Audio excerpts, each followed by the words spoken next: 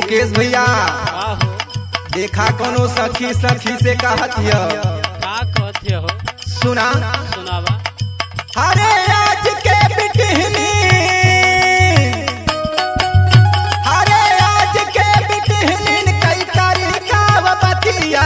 आन कई भतार लइके तोरी ना मई खटिया आन के भतार लेके तोड़ ना मैं खटिया आन के भतार लेके तोड़ ना मैं खटिया हरे तोरी ना मई खटिया हो तोरी ना मई खटिया आन कई भतार लइके तोरी ना मई खटिया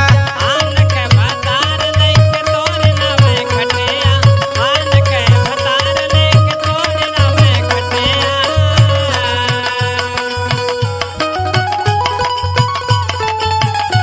ये पंकज भैया आ गए बीगानी स्टूडियो।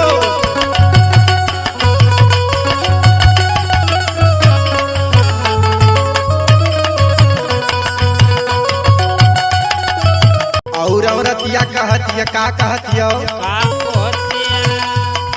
रहिया चलैनी बनैनी सबितरी बनैने साबितरे बनैने साबितरे बनैने साबितरे बनैने साबितरे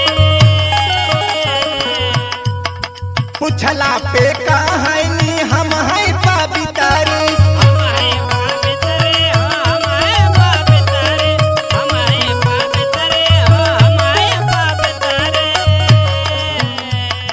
ये पंकज भैया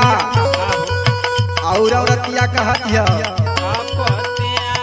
रहिया चलैनी बनैनी सबितरी पुछला पे कहनी हम है पवितरी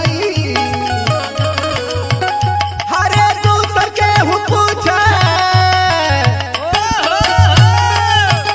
हरे दूसर के हु पूछे ना छोड़ई जतिया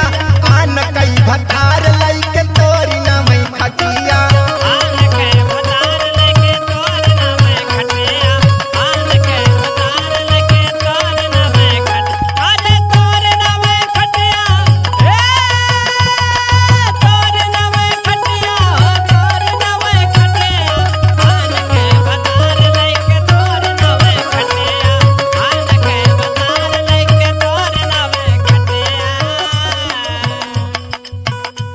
आज के जमाना जैसन चलत बा